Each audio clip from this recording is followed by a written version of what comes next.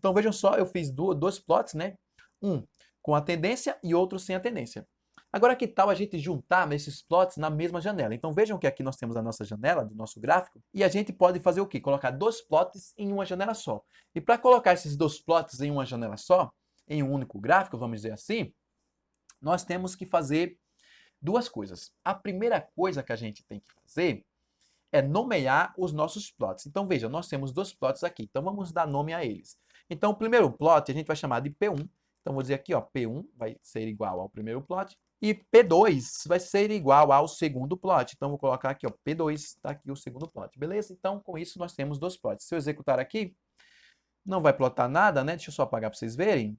Se eu executar aqui, não vai plotar nada. Por quê? Porque os plots estão atribuídos às variáveis. Quais são as variáveis? P1 para o plot 1, P2 para o plot 2. Beleza, então esse foi o primeiro passo necessário para você plotar dois gráficos em uma única janela.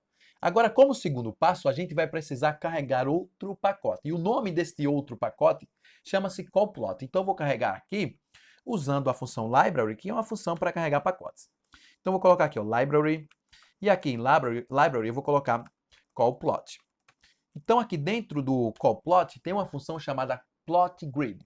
Então, com essa função chamada plot_grid, ou seja, plot_grid, a gente consegue fazer dois plots em uma única janela. Então, eu vou colocar aqui embaixo o nome da minha função, que chama-se plot_grid.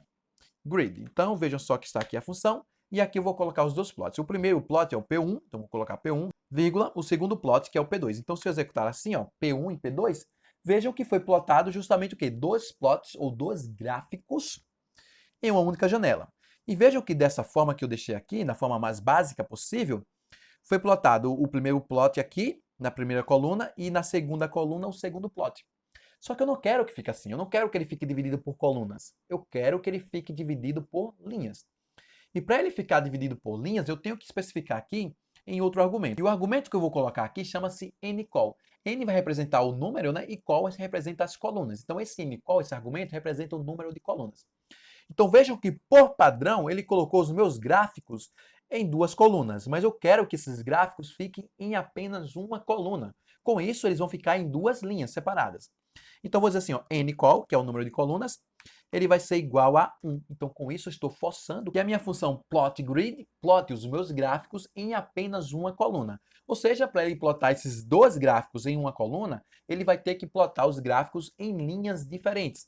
Então, se eu executar aqui, vejam que os meus gráficos eles foram plotados em apenas uma coluna, só que em duas linhas diferentes. Para mim, para esse tipo de gráfico, fica melhor dessa forma. Tranquilo? Então é assim que a gente consegue plotar dois gráficos em apenas uma janela, né? Vai plotar os dois gráficos em apenas uma janela.